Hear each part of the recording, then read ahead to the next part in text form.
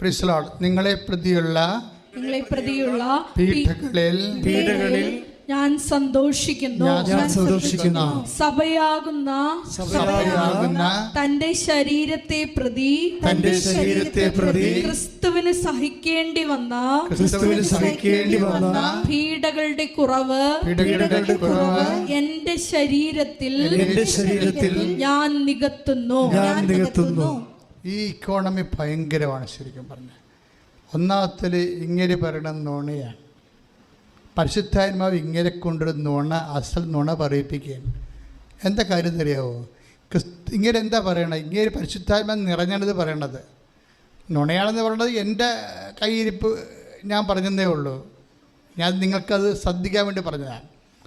ആ പറയണ സംഭവം എന്ന് വെച്ചാൽ എന്താണ്, ഇങ്ങനെയൊക്കെ കുറേ പരാജയങ്ങൾ വന്നൊരാളാണ് ഈ പൗലോസ് എന്ന് പറഞ്ഞ ആൾ. ഒത്തിരി പരാജയങ്ങൾ വന്ന് തുണിയില്ലാണ്ടൊക്കെ ഈ ആൾക്കാരൊക്കെ തല്ലിയിട്ട് നദിയിലൊക്കെ വെച്ച് തല്ലി വള്ളമൊക്കെ മറിച്ച് കളഞ്ഞിട്ട് പുള്ളിക്കാരൻ എല്ലാം നഷ്ടപ്പെട്ടൊക്കെ നീന്തിയൊക്കെ നടന്നിട്ടുണ്ട്. അങ്ങനെ കുറവുണ്ട്. ഇയാൾ വലിയ ബിഷപ്പിൻ്റെ റാങ്കുള്ള ആളാണെങ്കിൽ നീന്തിക്കയറേണ്ടത് നിക്കർ പോലും ഇല്ലാതെയാണ്. അത് കടന്നുപോയ വഴികളാണ് പറയണത്. അതിൻ്റെ കുറവെന്ന് പറയണില്ലേ, അത് കടന്നുപോയ വഴികളാണ്. ഒരു പ്രാവശ്യം ഈ മനുഷ്യൻ ഇതുപോലെ ബൈബിളും പോയി പുതപ്പും പോയി എല്ലാം കടലിൽ ഒഴുകി പോയിട്ട് മാൾട്ടായിൽ അവസാനം ഡെഡ് ബോഡി പോലെ അടിഞ്ഞ് വന്നപ്പോഴാണ് ഈ മനുഷ്യനെ അണല് കടിച്ചത്. അണല് കടിച്ച മൊത്തം ആൾക്കാർ മരിച്ചിട്ടുണ്ട് അവിടെ. അപ്പോൾ ഈ ദ്വീപവാസികൾ പറയും ഇപ്പച്ചാകുമെന്ന്. വിശ്വാസിയെ കാണുമ്പോൾ എല്ലാവരും പറയും ഇപ്പച്ചാകുമെന്ന്. ചാകത്തില്ല വിശ്വാസി. അങ്ങനെ ഒരു സാധനമാണ് വിശ്വാസി. കൈ ഇടിച്ച് കർത്താവിനെ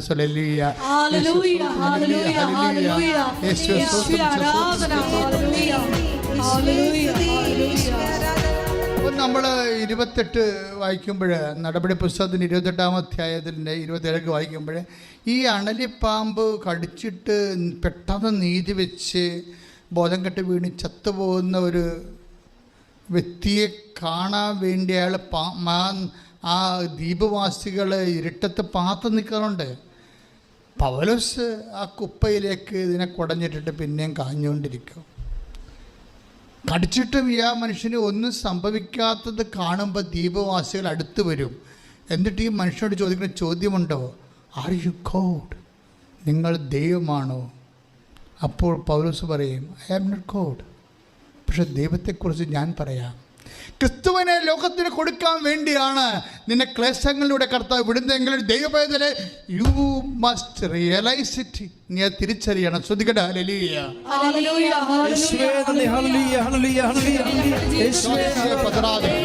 പരിശുദ്ധ പരമദിവ്യകാരുണ്യത്തിന് ആരാധനയും സ്തുതിയും പുകഴ്ചയും ഉണ്ടായിരിക്കട്ടെ. അപ്പോൾ വേദപുസ്തകം ഒരു ഓപ്ഷൻ ഇട്ടിട്ടുണ്ട്. എന്താണ്? എവിടെയെങ്കിലും നീ ഡീപ്രമോട്ടായി പോവുകയാണെങ്കിൽ, നിൻ്റെ സ്റ്റാറ്റസ് ചേഞ്ച് ചെയ്യുകയാണെങ്കിൽ, അതുമൂലം നിനക്ക് നിരാശയോ അല്ലെങ്കിൽ എന്തെങ്കിലും തരത്തിലുള്ള ഒരു സങ്കടമോ വന്നു കഴിഞ്ഞാൽ നീ അത് വേസ്റ്റ് പോലെ വലിച്ചെറിഞ്ഞ് കളയരുത്. നീ അതിനെ കളക്ട് ചെയ്യണം. എന്ത് ചെയ്യണം? ക്രിസ്തുവിൻ്റെ പീഡാനുഭവങ്ങളുടെ കൂടെ കൂട്ടിവെച്ചിട്ട് കുരിശിനെ കൃപയാക്കണം. കൈയിടിച്ച് കർത്താൻ.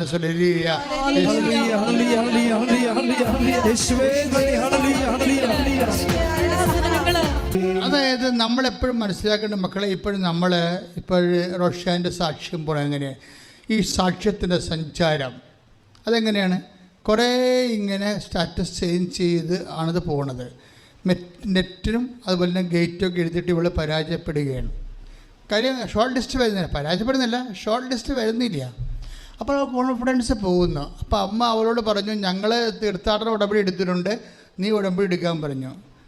ഉടമ്പടി എടുക്കാൻ വേണ്ടി റോഷൻ ഇവിടെ വരുമ്പോൾ പറയുന്നൊരു ഡയലോഗുണ്ട് സാക്ഷ്യത്തിൽ, ഞാനിവിടെ വരാനുള്ളത് താമസിച്ചു പോയെന്ന്. വന്ന് ചവിട്ടിയതേ ഉള്ളു. അവൾ കിട്ടിയ അഭിഷേകം കൊണ്ട് അവൾ പറയണാണ്, ഞാനിവിടെ വരാൻ താമസിച്ചു പോയെന്ന്. അതിൻ്റെ അർത്ഥം എന്താണ്? അവൾ വരാൻ താമസിച്ച് പോയി എന്നുള്ളത് ഒരു ആന്തരിക ജ്ഞാനമാണ്, ആന്തരിക അനുഭവമാണ്.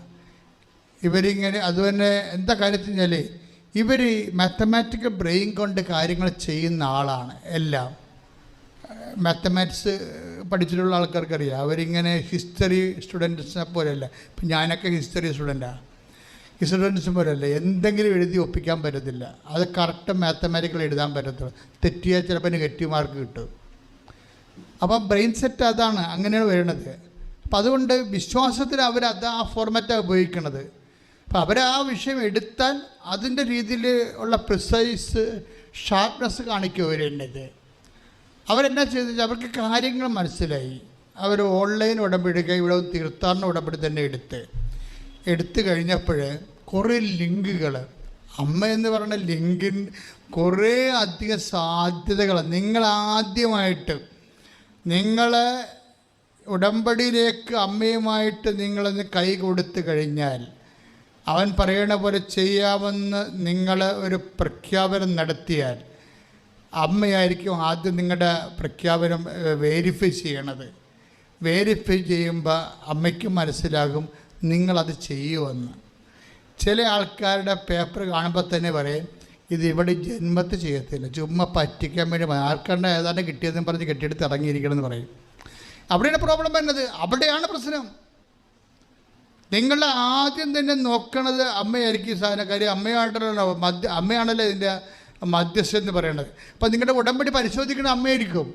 അമ്മ പരിശോധിക്കുമ്പോൾ തന്നെ അമ്മയ്ക്കറിയാം ഇത് ചുമ്മാ ആർക്കാണ്ട് എന്തൊക്കെ കിട്ടിയെന്ന് അറിഞ്ഞുകൊണ്ട് സാക്ഷ്യം കണ്ടിട്ട് ഇവരിതൊന്നും ചെയ്യാൻ പോണില്ല, ഇവരിതിൻ്റെ അകത്തുനിന്ന് ഇൻവെസ്റ്റൊന്നും ചെയ്യത്തില്ല, ഇവർ ഈശോ പറഞ്ഞ വചനം ജീവിക്കത്തൊന്നുമില്ല. പിന്നെ അനുഗ്രഹത്തിന് വേണ്ടി മാത്രം എന്തോ ഒരു അഡ്ജസ്റ്റ്മെൻറ്റിൽ എങ്ങനെ കിട്ടട്ടെ എന്നുള്ള രീതിയിൽ ഇതെല്ലാം റീഡ് ചെയ്യും. പക്ക റീഡിങ്ങാണ്. അതുകൊണ്ടാണ് ചില ആൾക്കാർക്ക് ഉടമ്പടി എടുക്കുമ്പോൾ തന്നെ ഇടിപെട്ട അനുഭവം വരാൻ കാര്യം എന്താണ്? ദൈവം അവർ പരീക്ഷ എഴുതിയില്ലെങ്കിലും ജയിച്ചതായിട്ട് കണക്കാക്കുകയാണ്. എന്താണ്? അവരത് വൃത്തിയമ്പനായിട്ട് ചെയ്യുമെന്ന് ദൈവത്തിന് അറിയാം. ദൈവത്തിൻ്റെ അടുത്താണ് എൻ്റെ മക്കൾ വരുന്നതെന്നുള്ള ഓർമ്മ വേണം. കൃപാസനത്തിൽ വരുന്നതെന്നുള്ളത് നിങ്ങൾ വീട്ടിൽ നിന്ന് പറഞ്ഞാൽ മതി. ഇവിടെ വരുമ്പോൾ വിഷയം മാറും. നിങ്ങൾ വന്നിരിക്കണം, നിങ്ങളെ ദൈവം വിളിച്ചിരിക്കുകയാണ്. ദൈവം വിളിച്ച് തന്നോട് ഉടമ്പടി ചെയ്ത്, അതുകൊണ്ടാണ് ദൈവം നിന്നോട് വിശുദ്ധി കീപ്പ് ചെയ്യാൻ പറയണത്. വിശുദ്ധി കീപ്പ് ചെയ്യാൻ നിന്നോട് മാത്രമല്ല, ദൈവം ഉടമ്പടി എന്നെല്ലാം ദൈവം ആരോടെല്ലാം എടുത്തിട്ടുണ്ട് അവരോടെല്ലാം പറഞ്ഞിട്ടുണ്ട്. എന്ത് പറയും? Be holy. എന്താ കാര്യം? ആശയാം ഹോളി. ഇപ്പം ലെവ്യ പുസ്തകം ശ്രുതിക്കട്ടെ. ഹല്ലേലൂയ.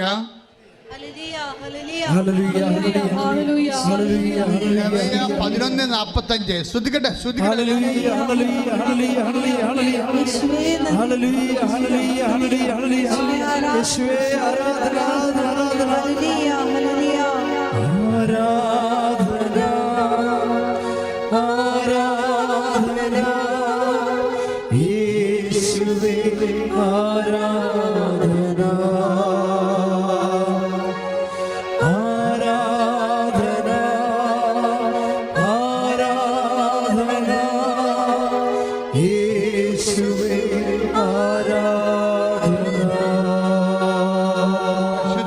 ലെവ്യ 11:45 നിങ്ങളുടെ ദൈവമായിരിക്കേണ്ടതിന് ഈജിപ്തിൽ നിന്ന് നിങ്ങളെ ആനയിച്ച കർത്താവ് ഞാനാകുന്നു. നിങ്ങൾ പരിശുദ്ധരായിരിക്കുവിൻ, എന്തെന്നാൽ ഞാൻ പരിശുദ്ധനാണ്. Praise the lord. ഇതാണ് ഉടമ്പടിയുടെ ഫസ്റ്റ് ഫോർമാറ്റ്. 11:45. നിങ്ങളെ ഈജിപ്തിൽ നിന്ന് കൊണ്ടുവന്ന കർത്താവാണ് ഞാൻ. ഏത് ഫറവോയാണെന്ന് പറഞ്ഞാൽ എക്കാലത്തും ഫറവോമാരുണ്ടാകും, ഒരു സംശയമില്ല. സഭയ്ക്കും എന്തുമാത്രം ഫറവോമാരാണ് ഉള്ളത് എല്ലാ കാലത്തും. ചില ഫറവോമാർ പറയും ഞായറാഴ്ച കുർബാനയ്ക്ക് പറയാൻ ലഹരി മോചന ക്ലാസ് നടത്തിയാൽ മതി എന്ന് പറയും. അതും ഫറവോയാണ്. ഓരോ കാലത്ത് ഇങ്ങനെ ഓരോരുത്തരം ആൾക്കാർ വരും. പണ്ടുള്ള കാര്യമല്ല, ഇപ്പോഴും അത് തുടരുന്നുകൊണ്ടിരിക്കുകയാണ്. നമ്മളീ ഫറവോമാരെ ഒന്നും കണ്ട് നമ്മൾ പേടിക്കത്തില്ല. കാര്യം എന്താണ്? നമ്മളങ്ങനെ തീയിലൂടെ ചവിട്ടി ഫറവോമാരെല്ലാം ഒതുക്കി പോകുന്നതിലുള്ള ആൾക്കാരല്ലേ. ഇത് വിശ്വാസിയുടെ ജീവിതമാണ്. കൈ ഇടിച്ച് കിടത്താൻ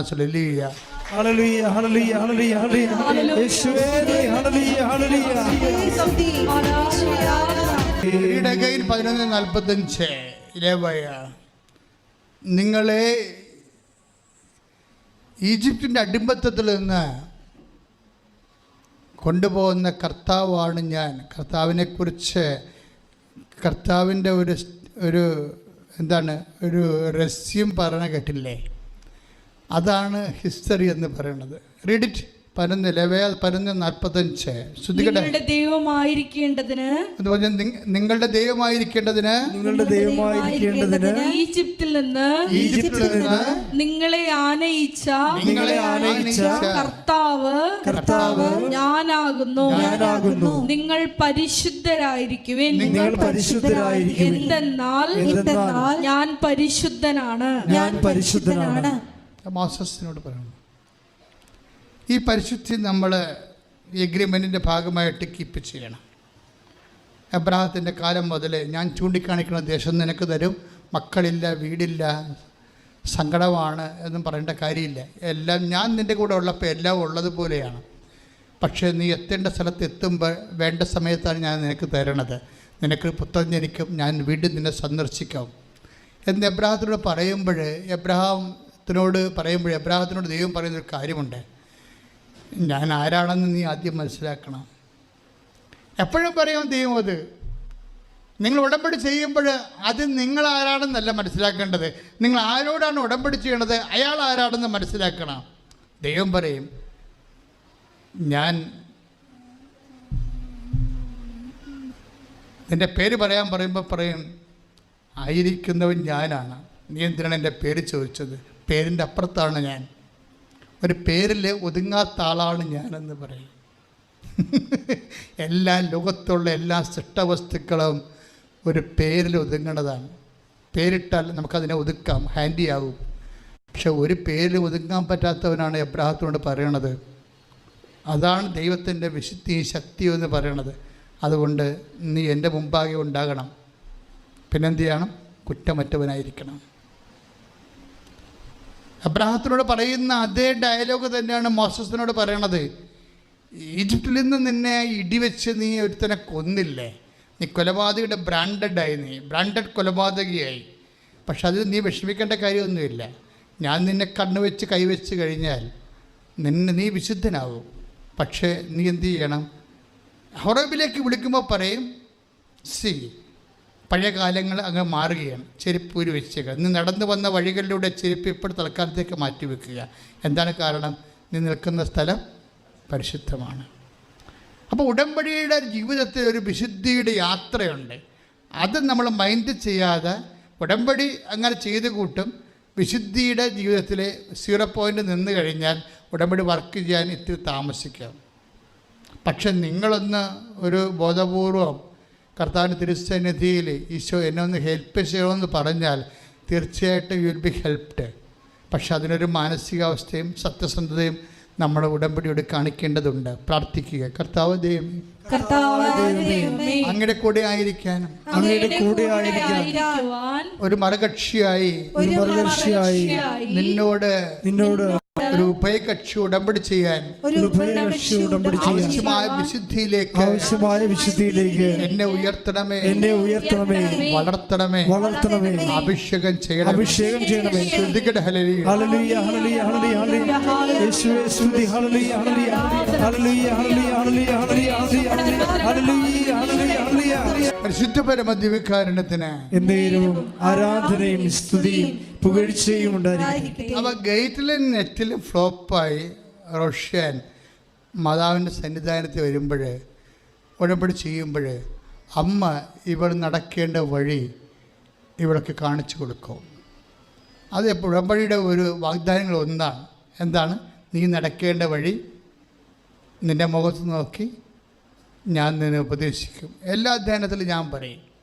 കാര്യം ഓരോരുത്തർക്കും ഓരോ പുതിയ വഴികളല്ലേ കിട്ടണത്. നമ്മൾ ചിന്തിക്കാത്ത വഴികളിലൂടെയാണ് കൊണ്ടുപോകുന്നത്. നീ നടക്കേണ്ട വഴി ഒന്ന് പറഞ്ഞേ. നീ നടക്കേണ്ട വഴി. സങ്കീർത്തനം 32:8 വായിച്ചോളൂ. ഞാൻ നിന്നെ ഉപദേശിക്കാം, നീ നടക്കേണ്ട വഴി കാണിച്ചു തരാം. ഞാൻ നിന്റെ മേൽ ദൃഷ്ടി ഉറപ്പിച്ച് നിന്നെ ഉപദേശിക്കാം. ഇതാണ് അത്. ആശയവും നടക്കേണ്ട വിധവും കൂടെ നടപ്പും ടോട്ടൽ പ്രോജക്റ്റ് ദൈവം ഏറ്റെടുക്കുകയാണ്. അല്ല ഏതെങ്കിലും ഒരു വശമല്ല, എല്ലാം, എവരിത്തിങ്. ഇവിടെ വന്നു കഴിഞ്ഞ് ഉടമ്പടി ചെയ്ത് കഴിഞ്ഞപ്പോൾ പിന്നെ ഇവളുടെ ഇമെയിലിലേക്ക് ലിങ്ക് വരാൻ തുടങ്ങി. ആദ്യം വന്ന ലിങ്ക് പല ലിങ്ക് യൂണിവേഴ്സിറ്റി ലിങ്ക് വരും. PhD എടുക്കണമല്ലോ, പല യൂണിവേഴ്സിറ്റി ലിങ്ക് വരും. അതിൽ ഇവക്കൊരു പരിചയമില്ലാത്ത യൂണിവേഴ്സിറ്റി ലിങ്ക് എന്ന് വെച്ച് കഴിഞ്ഞാൽ അവർക്ക് സബ്ജക്റ്റ്. അപ്പോൾ ഇന്ത്യൻ ട്രോപ്പിക്കൽ മെട്രോളജി എന്നൊരു ലിങ്ക് വരും. ഇന്ത്യൻ ട്രോപ്പിക്കൽ മെട്രോളജി എന്ന് പറയുമ്പോൾ കാലാവസ്ഥാ ഗവേഷണ കേന്ദ്രം യൂണിവേഴ്സിറ്റിയിൽ നിന്ന്. അപ്പോൾ അതിലത് 9 സീറ്റേ മറ്റേ ഉള്ളൂ ഇന്ത്യയിൽ. 15 സീറ്റുണ്ട്. ഇവിടേക്ക് കിട്ടാവുന്നത് 9 സീറ്റാണ്. 15 സീറ്റെന്ന് പറയുമ്പോൾ കുറേ സീറ്റൊക്കെ പോകുമല്ലോ. ആകപ്പാടെ ആ യൂണിവേഴ്സിറ്റി ഓൾ ഇന്ത്യ ലെവലിൽ 15 സീറ്റേ ഉള്ളൂ. അതിൽ ഇവർക്ക് കയറാൻ പറ്റാവുന്നത് 9 സീറ്റേ ഉള്ളൂ. ഈ 9 സീറ്റ് നമ്മളെന്താ ചുമ്മാ സമയം വേസ്റ്റ് ചെയ്യണമെന്ന് വിചാരിച്ച് ഇവൾ എഴുതാതിരുന്നില്ല. ആ കാര്യം എന്താ സംഭവിച്ചു കഴിഞ്ഞാൽ ഉള്ളിൽ നിന്ന് എപ്പോഴും പുഷ് ചെയ്തുകൊണ്ടിരിക്കും. നമ്മുടെ അമ്മമാരുടെ അതിനേക്കാൾ കുറച്ച് കടുത്ത പുള്ളിയാണ് ഈ യേശുവിൻ്റെ അമ്മയെന്ന് പറയുന്നത്.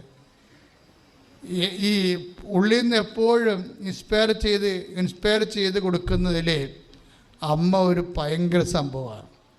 ഇവരോട് പറഞ്ഞു നീ അത് എഴുതാൻ പറഞ്ഞു. അപ്പോൾ അമ്മയോട് ഇവൾ പറയും എനിക്കിതിനെക്കുറിച്ച് ഒന്നും അറിയാൻ പാടില്ല, എനിക്ക് മാത്സും ഫിസിക്സും മാത്രമേ അറിയാൻ പാടുന്നു.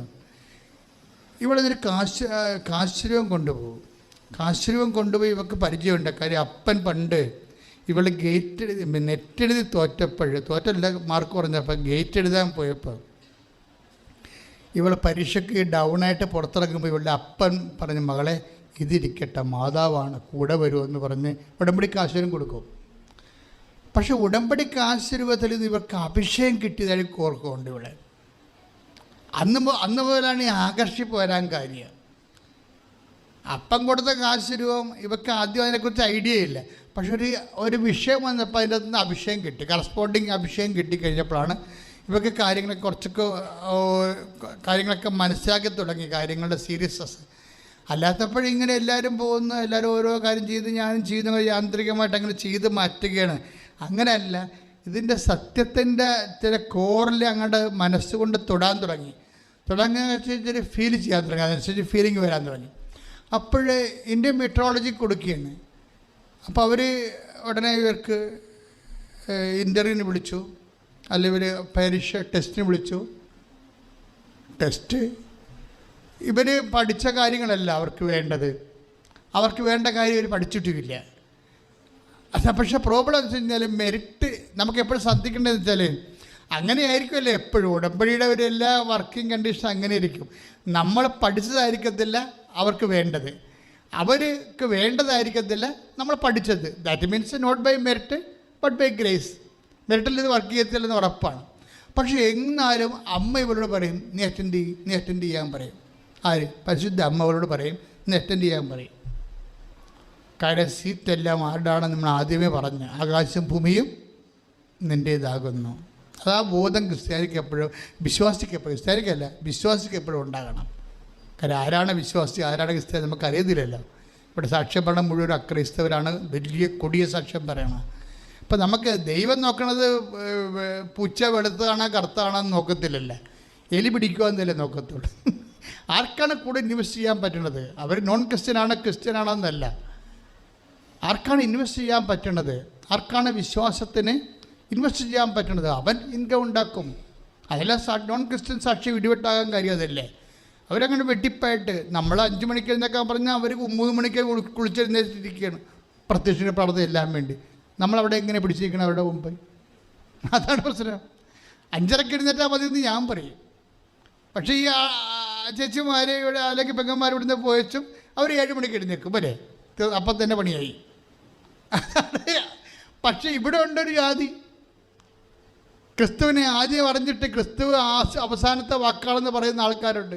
ആദ്യമാണ് അറിഞ്ഞത്, പക്ഷെ അവളുടെ മനസ്സിരിക്കണ ക്രിസ്തു അവസാനത്തെ വാക്കാണ് എൻ്റെ ജീവിതത്തിലെന്നാണ്. ആണ് അവൾ 3 മണിക്ക് എഴുന്നേറ്റ് കുളിക്കുകയാണ്. എന്തിനാണ് പ്രത്യക്ഷ പ്രാർത്ഥന തുടങ്ങുന്നത്? പക്ഷേ ഇതാണ്. അപ്പം നമ്മളെ എക്സിക്യൂട്ട് ചെയ്യുമ്പോൾ വളരെ ശ്രദ്ധിക്കണം. എപ്പോഴെങ്കിലും ആർക്കാണ്ടും വേണ്ടി ഒക്കാനിച്ചിട്ടൊരു കഥയുമില്ല. നമുക്ക് തന്നെ നമ്മുടെ ഉള്ളിൽ നിന്ന് ഈ സംഭവം ടേക്കപ്പ് ചെയ്യണം. ഉടമ്പടി അങ്ങനെ വർക്ക് ചെയ്യും, ഉടമ്പടി അങ്ങനെയാണ് കത്തണത്. അപ്പോൾ ഇവരെ സംബന്ധിച്ചിടത്തോളം മീട്രോളജി എന്ന് വന്നു കഴിഞ്ഞപ്പോൾ മീറ്ററോളജിയിൽ ഇവിടെ സബ്ജക്റ്റ് ഒന്നും ഇവർക്ക് അറിയത്തില്ല. ട്രോപ്പിക് മീറ്ററോളജി എന്ന് പറയുമ്പോൾ നമ്മുടെ ഈ മേഖല തെക്കേ അമേരിക്ക അതുപോലെ ഈ ഉത്തരായനത്തിൽ കിടക്കുന്ന രാജ്യങ്ങളിലേക്ക് കാലാവസ്ഥയില്ല. അതാണ് ട്രോപ്പിക്സ് എന്ന് പറഞ്ഞാൽ. ട്രോപ്പിക്കൽ ഫുഡ് എന്നൊക്കെ നമുക്ക് കേട്ടിട്ട്, ട്രോപ്പിക്കൽ ഫ്രൂട്ട്സ് എന്നൊക്കെ കേട്ടിട്ടില്ലേ, അതുപോലെ. അപ്പോൾ അതിൻ്റെ കാലാവസ്ഥയിൽ എന്തൊക്കെ ഉണ്ട്? അതിനകത്ത് ഓഷ്യനോഗ്രഫി ഉണ്ട്, ഗ്ലോബൽ വാർമിംഗ് ഉണ്ട്, അതുപോലെ തന്നെ ക്ലൈമറ്റ് ചേഞ്ച്, എല്ലാ വിഷയങ്ങളുണ്ട്. ഇതൊന്നും ഇവരുടെ സബ്ജക്റ്റ് അല്ല. പക്ഷേ ഇവർ ഷോർട്ട് ലിസ്റ്റ് ആവും. ഇതിൻ്റെ അകത്ത് 126 പേരിലെ കൂട്ടത്തിൽ ഇവർ, അതായത് 126ാമത്തെ നമ്പറിൽ ഇവർ ഷോർട്ട് ലിസ്റ്റ് ആവും. അപ്പോൾ ഇൻ്റർവ്യൂവിന് സാധ്യതയുണ്ട്. ഇൻ്റർവ്യൂവിന് പേടിയാണ് ഇവർക്ക് ആദ്യം ഉണ്ടാകണം, കാര്യം ഇവരുടെ സബ്ജക്റ്റ് വ്യത്യാസമുള്ളതുകൊണ്ട്. പക്ഷേ ഇൻ്റർവ്യൂവിൻ്റെ സ്ലോട്ട് കൊടുത്തതിന് ശേഷം 2:30 മണി വരെ, 12 മണിക്ക് സ്ലോട്ട് കൊടുക്കും, 2 മണി വരെ വെയിറ്റ് ചെയ്യും. 2 മണി വരെ ഇവരിങ്ങനെ വിശ്വാസ പ്രമാണം ചൊല്ലിക്കൊണ്ടിരിക്കും. അതാണ് വിഷയം. ആ സ്പേസ് എങ്ങനെ കൈകാര്യം ചെയ്യുന്നു എന്നുള്ളതാണ്. ഉടമ്പടിയുടെ വർക്കിംഗ് കണ്ടീഷൻ നോക്കണം. കാരണം ഇവരെ ഈ മീട്രോളജി യൂണിവേഴ്സിറ്റി വിളിച്ചിരിക്കുന്നത്, സ്ലോട്ട് കൊടുത്തിരിക്കുന്നത് അവർക്ക് 12:30 തൊട്ട് റെഡിയാകാൻ പറഞ്ഞിരിക്കുകയാണ്. പക്ഷേ 12:30 കഴിഞ്ഞ് 1 മണിയായി, 1:30, 2 ഇവരെ വിളിക്കണില്ല. ഇവരവിടെ ഇരിക്കുകയാണ്. ഇവർ മുരഞ്ഞു കുത്തി കൊതുകിനെ അടിച്ചിരിക്കുകയല്ല, അവർ പ്രാർത്ഥിച്ചുകൊണ്ടിരിക്കുകയാണ്. അവിടെയാണ് വ്യത്യാസം. എക്സിക്യൂഷൻ ലെവലിൽ നമ്മൾ ശ്രദ്ധിക്കണം. അവരെ മാത്തമാറ്റിക്സ് ആണെങ്കിൽ കറക്റ്റ് മാത്തമാറ്റിക്സ് തന്നെയാണ് അവർ. ആ ടൈം വളരെ സുന്ദരമായിട്ട് കഴിയും. വാട്സപ്പ് നോക്കിയിട്ട് ഇപ്പോൾ വിളിക്കുമ്പോൾ വിളിക്കട്ടെ എന്ന് പറഞ്ഞാൽ ആ സമയത്ത് ഒരു കോമഡിയും കണ്ടേക്കാന്ന് പറഞ്ഞത്, അപ്പം നിങ്ങളുടെ കാര്യം അവിടെ വെച്ച് പോകും.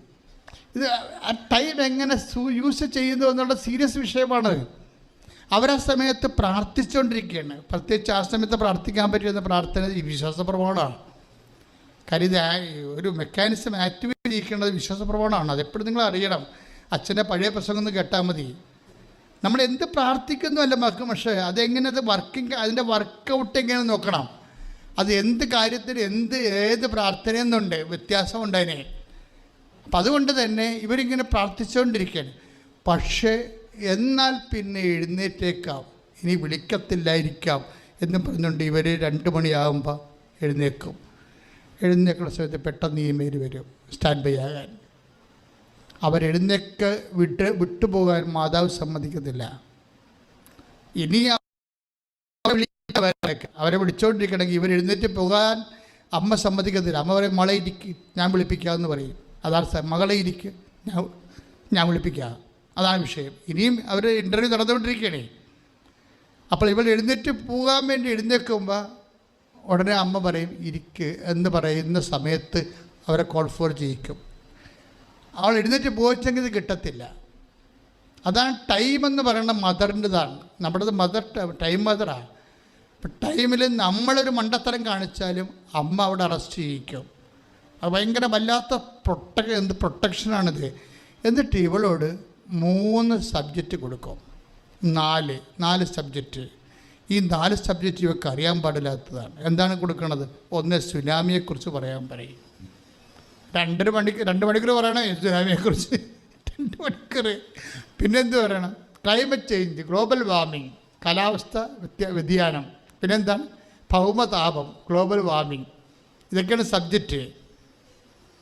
പിന്നെ മീട്രോളജി, കാലാവസ്ഥ ശാസ്ത്രം. 4 കാര്യങ്ങളാണ്. അതിൽ 1 കമൻറ്റ് ചെയ്താൽ മതി. അത് 2 മണിക്കൂർ കമൻറ്റ് ചെയ്യണം. ഈ ഫിസിക്സ് മാത്സ് പഠിച്ച ആളിത് അറിയത്തില്ല. ഇവൾക്കിത് എന്ത് കമൻറ്റ് ചെയ്യണമെന്ന് അറിയത്തില്ല. അവിടെയും ഒരു പരിപാടി ഇവൾ ചെയ്യും. ഇവൾ മൗസ് എടുക്കും. മൗസ് എടുത്തിട്ട് വിശ്വാസ പ്രമാണം ചെറിയ കാര്യം അറിയത്തില്ലല്ലോ. ഈ സബ്ജക്റ്റ് അറിയത്തില്ല. മൗസ് എടുത്തിട്ട് ഇങ്ങനെ വിശ്വാസ പ്രമാണം ചൊല്ലി 4 സ്റ്റോട്ടിൻ്റെ അവിടെ കസറ് മുട്ടിച്ച് നോക്കും. വിശ്വാസ പ്രമാണം ചൊല്ലിയിട്ട് മൗസ് എടുത്ത് ചലിപ്പിക്കണേ. ആളിനറിയത്തില്ല. അമ്മ പറഞ്ഞു കൊടുക്കണം. അതാണ് പ്രശ്നം. എന്നിട്ട് അമ്മ ഏതാണ് പറയേണ്ടതെന്ന് നോക്കിയിട്ട് വിശ്വാസ പ്രമാണം വന്ന് നിൽക്കുന്ന സ്ഥലത്ത് കസർ വന്ന് നിൽക്കുന്നത് എവിടെയാണ്? മീട്രോളജിയിലാണ്, കാലാവസ്ഥ ശാസ്ത്രം. അയാൾ പറയുന്നുണ്ട്, നിങ്ങൾ പറയുന്നുണ്ട് എനിക്ക് മനസ്സിലാവില്ലെന്ന്. പക്ഷെ അതൊന്നും മനസ്സിലാക്കാൻ ചെയ്ത് ഇവിടെ കാലാവസ്ഥ ശാസ്ത്രത്തെക്കുറിച്ച് പറഞ്ഞുകൊണ്ടിരിക്കുകയാണ്.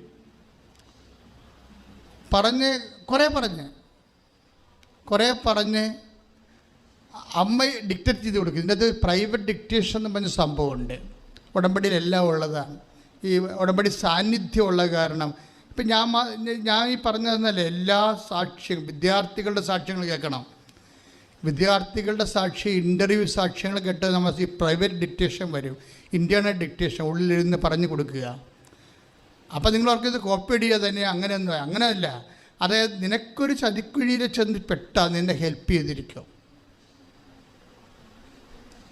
ഇവരെന്താ പറഞ്ഞിരിക്കുന്നത്? ഇവർ ഈ മീട്രോളജിയെക്കുറിച്ച് പറഞ്ഞിരിക്കുന്നത് എന്താണ്? ഇവർ വിക്കിപീഡിയ ഒന്ന് നോക്കിയായിരുന്നു. വിക്കിപീഡിയയിലെ പ്രൈമറി ആയിട്ടുള്ള ഒരു 10 സെൻറ്റൻസേ ഉള്ളൂ വിക്കിപീഡിയയിൽ, അറിയാമല്ലോ.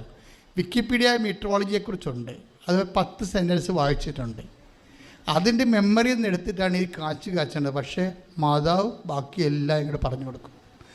പറഞ്ഞു കൊടുക്കുകയെന്ന് വെച്ച് കഴിഞ്ഞാൽ ഒരു വല്ലാത്ത പറഞ്ഞു കൊടുക്കലായിപ്പോയി. ഒരു 1.5 മണിക്കൂറാണ് ഈ പറയണത്, മെട്രോളജി പറയണത്.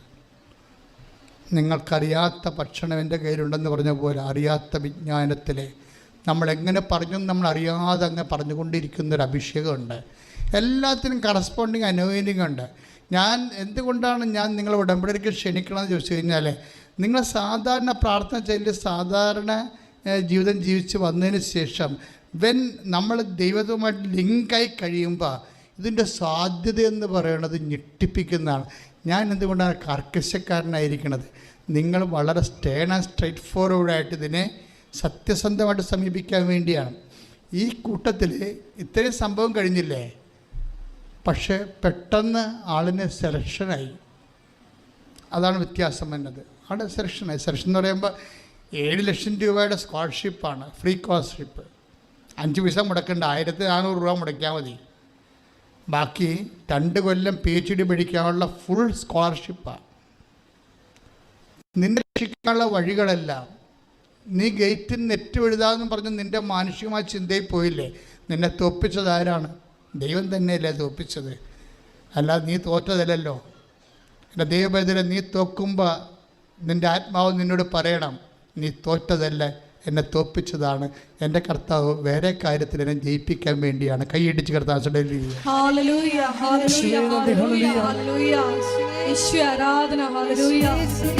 ഞങ്ങളുടെ തോൽവികളെല്ലാം വിജയത്തിലേക്കുള്ള ചവിട്ടുപടിയാണ്. പരിശുദ്ധ പരമദിവ്യകാരുണ്യത്തിന് നേരവും ആരാധനയും സ്തുതിയും പുകഴ്ചയും ഉണ്ടായിരിക്കട്ടെ. എഴുന്നേൽക്കുക.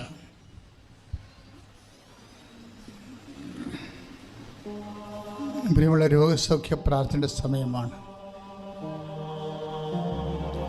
നിങ്ങൾ ഉടമ്പടി വെച്ച കാര്യങ്ങൾ ഓൺലൈനിൽ ഇപ്പോൾ ഉടമ്പടി ധ്യാനം കൂടിക്കൊണ്ടിരിക്കുന്നവർ ശ്രദ്ധിക്കുക.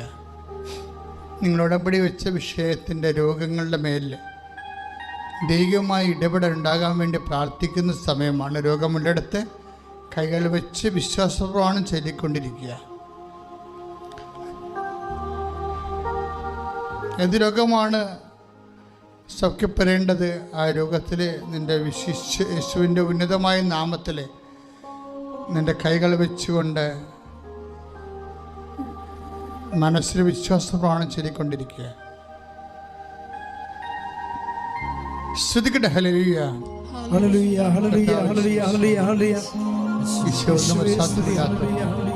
ഈശോ എല്ലാം സാധ്യമാകുന്നു. ഈശോയെ, നിനക്ക് സ്വസ്ത്രവും നിനക്ക് സ്തുതിയോ, നിനക്ക് ബഹുമാനവും നിനക്ക് ആരാധ്യം അർപ്പിക്കുന്നു കർത്താവേ. നിന്റെ വിശുദ്ധമായ വലതുകരം കർത്താവേ, മക്കളുടെ രോഗമുള്ളിടത്ത്, മക്കൾ കൈവച്ചിരിക്കുന്ന ഇടത്ത് കർത്താവേ, നിന്റെ കൈകളെ വെക്കണമെന്ന് പ്രാർത്ഥിക്കുന്നു.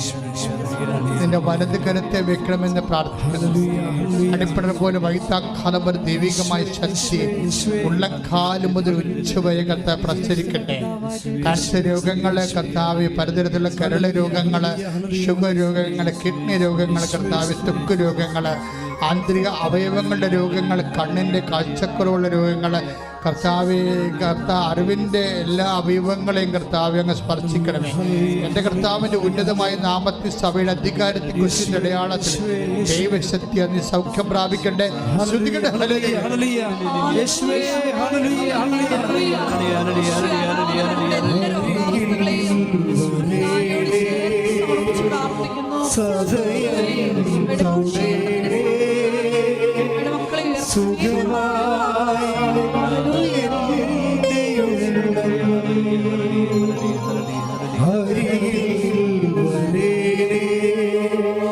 സദയം തൊടേ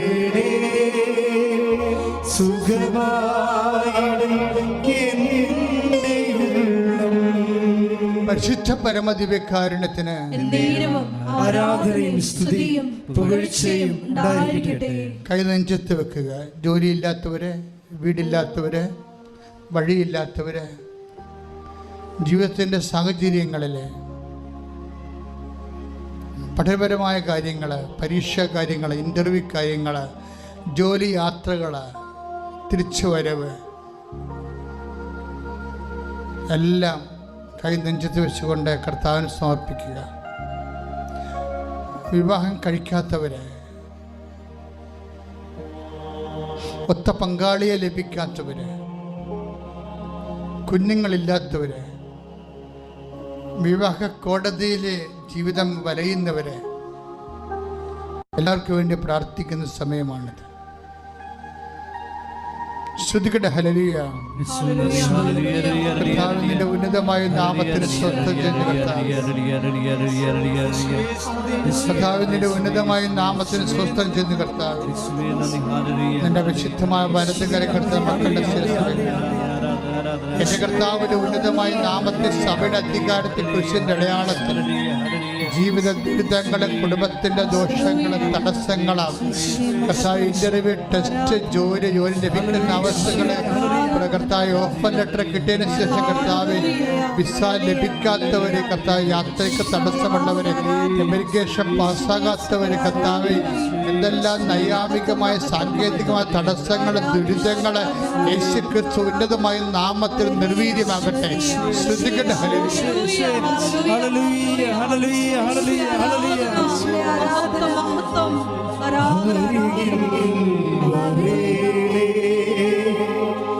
സദയം തുടേ സുഖമായി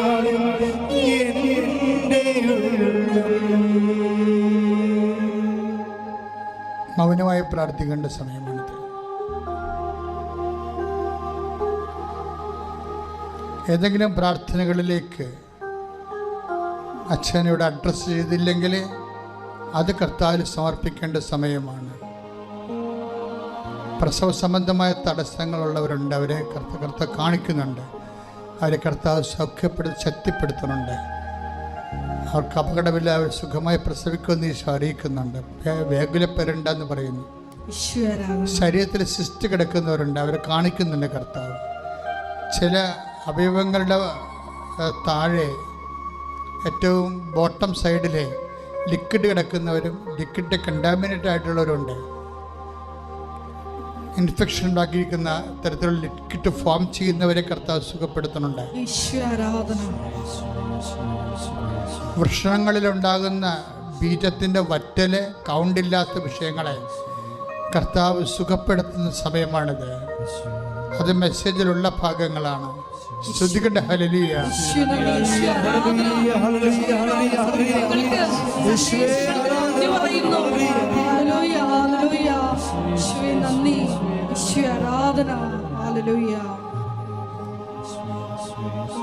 ചില കാര്യങ്ങൾ ജോലിക്ക് വെച്ചത് തെറ്റിപ്പോയല്ലോ എന്നോർത്ത് വിഷമിക്കുന്നവരുണ്ട്. ചില ഓപ്ഷൻ വെച്ചിരിക്കുന്നത് തെറ്റിപ്പോയല്ലോ, അതല്ലല്ലോ വെക്കേണ്ടിയിരുന്നത്, അതിന് ജോലി സാധ്യത കുറവാണല്ലോ, വേറെയാണല്ലോ വെക്കേണ്ടിയിരുന്നതെന്ന് ചിന്തിക്കുന്നവരെ ആ വേദന ഈശോ ഈ വിഷയത്തെ ഏൽപ്പിക്കാൻ പറഞ്ഞിരിക്കുന്ന കർത്താവ് അതിനെ നിനക്ക് അനുയോജ്യമായൊരു ക്രമീകരണം വരുന്നുണ്ട്. ശ്രദ്ധിക്കട്ടെ. ഹല്ലേലൂയ.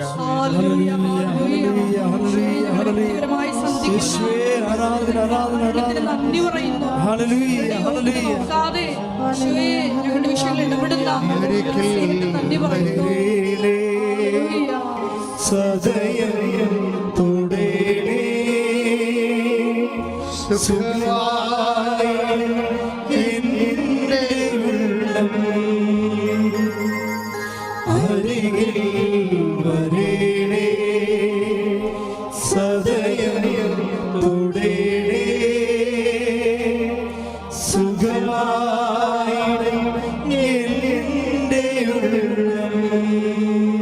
ത്വക്ക് രോഗങ്ങൾ, വിസർപ്പ രോഗങ്ങൾ, സോറിയാസിസ് രോഗങ്ങൾ, വെരിക്കോസ് രോഗങ്ങൾ കർത്താവിനെ സമർപ്പിച്ചുകൊണ്ട് പ്രാർത്ഥിക്കട്ടെ, ശുദ്ധിക്കട്ടെ. കർത്താവെ, നിന്റെ തിരുമുറുപാർന്ന വലതുകരം കൊണ്ട് ത്വക്ക് രോഗങ്ങൾ, വെള്ളപ്പാണ്ടുകൾ, പാണ്ടുകൾ, മുടികൊഴിച്ചിലുകൾ, കണ്ണിന് കരിപ്പുള്ളവര്, കണ്ണ് തിമിരം കയറുന്നവര്, ചെവിക്ക് കേൾവിയില്ലാത്തവര്, തൊണ്ടയിൽ മുഴയുള്ളൊരു തൈറോയിഡ്, ടോൺസൈറ്റ്, കർത്താവ് എല്ലാ രോഗങ്ങളുടെ പേരും കർത്താവിന്റെ ആധിപത്യം ഉറപ്പിക്കട്ടെ, ശുദ്ധിക്കട്ടെ. ഹല്ലേലൂയ. കർത്താവിന്റെ ഉന്നതമായ നാമത്തിൽ സഭയുടെ അധികാരത്തെ കുറിച്ചടയാളത്തിൽ ദൈവശക്തി നീ സൗഖ്യം പ്രാപിക്കട്ടെ.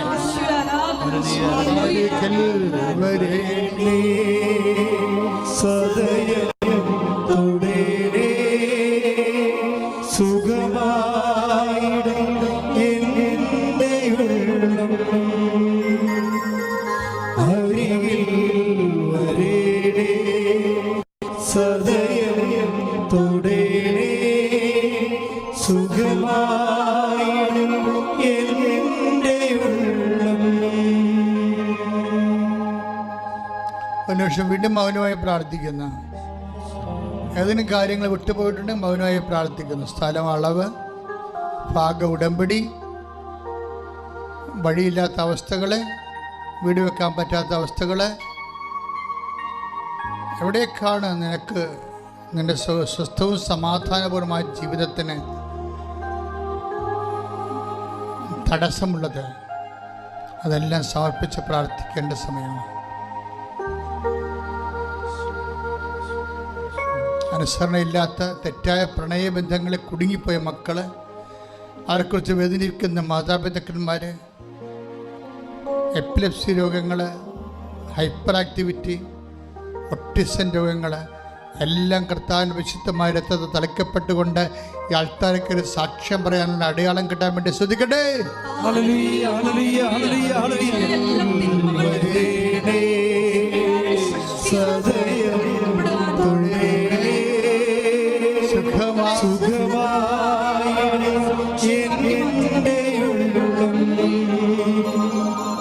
അരികിൽ വരേണേ സദയം തുടരെ സുഖമായിടും എൻ്റെ ഉള്ളം. നമുക്ക് മുട്ടേ നിൽക്കാം, സംഭാവന ആശീർവാദം സ്വീകരിക്കാം. ഉടമ്പടിയിൽ വച്ചിരിക്കുന്ന എല്ലാ വിഷയങ്ങളും പരിശുദ്ധ അമ്മയുടെ മധ്യസ്ഥയിൽ ദിവ്യകാരുണ്യ ധാരയിൽ ഒരിക്കൽ കൂടി നമുക്ക് സമർപ്പിച്ച് പ്രാർത്ഥിക്കാം.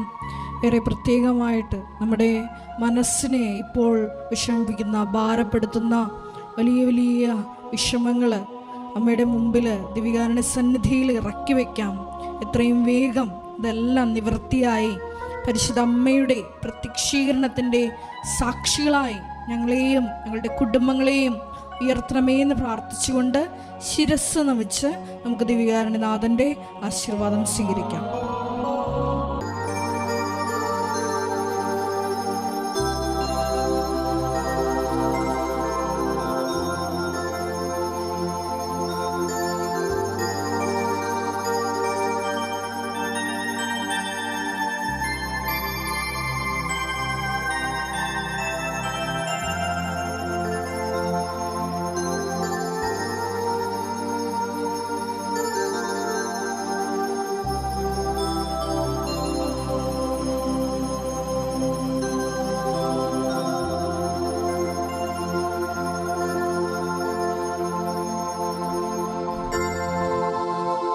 പരിശുദ്ധ പരമമാ ദിവ്യകാരുണ്യമേ, എന്നും